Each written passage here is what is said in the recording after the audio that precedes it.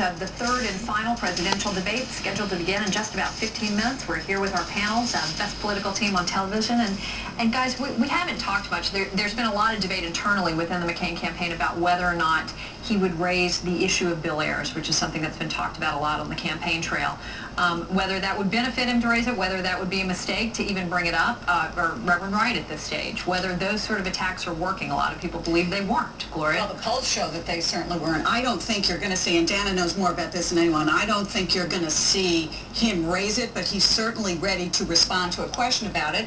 And Obama was goading him today, although they say they're not, but they are, goading him to bring it up, say it to my face, John McCain, and so they clearly have an answer ready for it, which is the American people don't want to talk about it. They want to talk about the economy. What are they hoping? Are they hoping that Bob Sheaver brings it up and neither of them has to? I mean, that's what they think is probably going to happen. I spoke to a couple of McCain's aides before coming on, and they said that right now the plan, and I emphasize the plan because, as we've talked about before, you never really know if McCain is going to execute what his aides have discussed beforehand. But the plan was for him not to bring it up on his own, that he expects possibly to get asked by Bob Sheaver, or possibly for Barack Obama somehow either, explicitly or maybe even kind of on the slide, bring it up in a way that forces McCain to talk about it for the reason that you just said, because they think in the Obama campaign, and Candy, I'm sure you know this more than anybody, that it hurts McCain. A question about Bill Ayers, if they raise it, so what?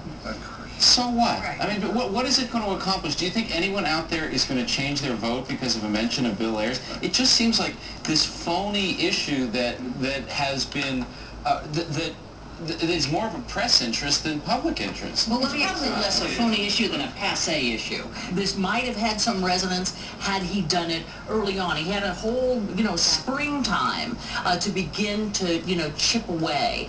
The problem is that the economy just came down. Over here, you have a lot of people say this is not a phony issue. Bill Bennett. People may not care or may not care enough, but it's not a phony issue. As a lot of people, conservatives have said, if John McCain had started his career at the house of someone who bombed an abortion clinic, you would be hearing a lot about it. Sarah Palin's attacked for calling Bill Ayers a terrorist. What the hell is he? An amateur physicist? No, she was criticized. He's a terrorist. Palling around with Well, he was palling around with Bill. Bill I haven't heard any conservatives criticize the conservative Let me finish my comment. He was palling around with him on the same board, 100% agreement with him on the grants that he gave out.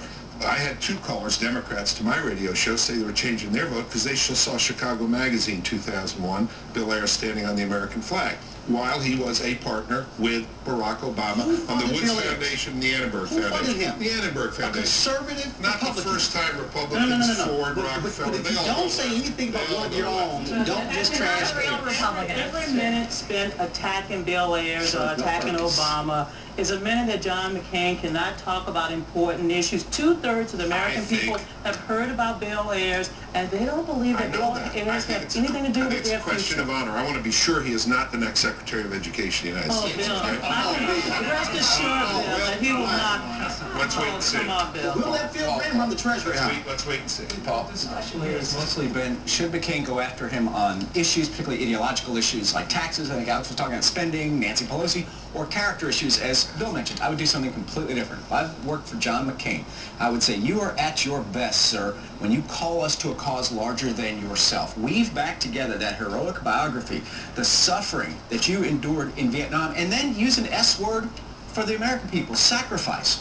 Tell them, you know what, I'm not going to be able to deliver all those tax cuts I promised. And if you don't like that, go to Walter Reed and go see those young men and some women who are shedding blood for our country the way that John McCain suffered for our country. He's got to do something big. And if he calls us to a cause larger than ourselves, let me just ask Paul, because Barack Obama has not answered that question either, the question of sacrifice, what he intends to give up. He's been asked, so he doesn't have to. That's a fair point. He hasn't addressed it. He was asked, and he said the first thing he said the first thing he would sacrifice is energy policy. When he said that, I was shocked. He said, "Well, I'll have to look around at my energy policy and energy independence."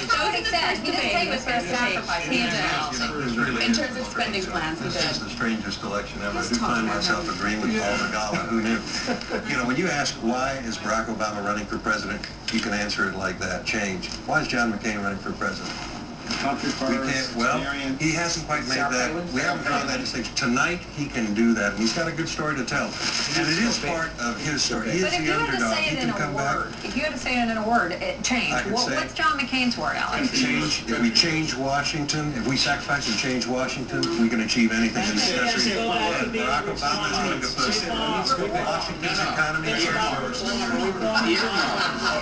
This is now like, we have so many people out here, this is now like the best political horde in television. The fire marshal is going to shut this bad boy down. I'm glad that was singular and horde. I wonder where you were going with that. No, don't worry, I watched CNN earlier. All right, let's take a pause and let everybody calm down for a minute and go to work. Let's go out, in fact, over to Columbus, Ohio, where Soledad O'Brien once again is all ready with a special focus group. Soledad, explain to our viewers exactly what's going on where you are. This is the fourth time you're doing it. Two previous presidential debates, one vice presidential debate, and it's going to set the stage for some squiggly numbers at the bottom of the screen. Go ahead and explain.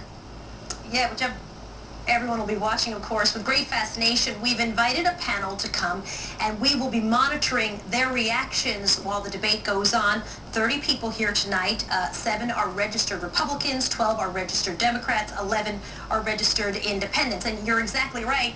We'll be taking a look at this perception analyzer, and literally second by second, we can monitor Wolf as they turn to the left or turn to the right, how interested, how excited, how much they're connecting with what each candidate has to say, and that is exactly going to translate to the squiggly lines that you will see on your screens while you're watching the debate. That'll be the reactions of our 30 folks, what resonates with them and what does not resonate. But, you know, in pre-polling here, one of the things that was very clear, as it is across the United States, is the economy is just a huge issue for the folks in this room. Certainly a big deal with the number of manufacturing jobs that have been lost here in the state of Ohio. I'd like to see a show of hands. Realistically, how many people here are concerned that you could lose your homes in the next year? I mean, how many people are genuinely worried about that? Okay, we've got a show of hands here.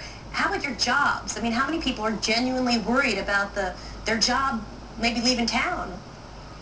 More hands on that issue. I mean, those are the kind of issues that are affecting people not only here in Ohio but across the country. And so many people want to hear about the economy. It'll be very interesting to watch these dial meters as the candidates talk about the issues, and also what happens as they talk about some negative things. We see that go down. So I'm going to introduce to you a couple of folks. Mark Newland is a registered Republican. What do you need to hear tonight, Mark? What are you listening for? Hold your mic up a little high for me. Okay. I want to hear what each candidate's plan is for their first 100 days. Things are bad right now. Everybody knows that. What's their plan to get us out of this fix? Real specifics.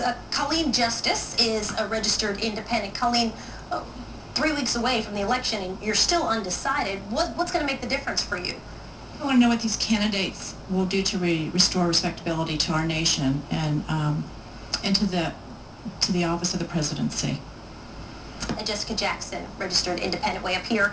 Jessica, what are you listening for tonight? What do you want to know?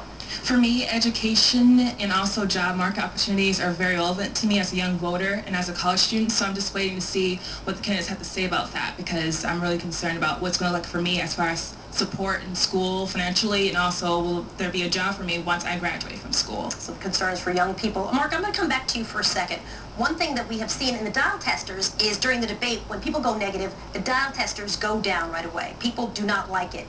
But what about the campaigning over the last couple of weeks, which has been negative, and I think increasingly so? Has that bothered you? How do you feel about that? It's a given fact. I mean, everybody expects it, and nobody likes it. But it's just the way it is. You're kind of used to it now. It'd be interesting. Thanks, Mark. Appreciate it. It'd be interesting to see again if people go negative during this debate, what our dial testers do tonight. We'll be certainly watching for that. And Soledad, very briefly, all of those folks with you, they may be registered Democrats, may be registered Republicans or independents, but they say they're persuadable. They're still not. They still haven't made up their mind who they're going to support. Is that right? That is exactly right. Every single person in this room has said that they are absolutely undecided so far. They have not made up their minds who they're going to vote for with the election just 3 weeks away.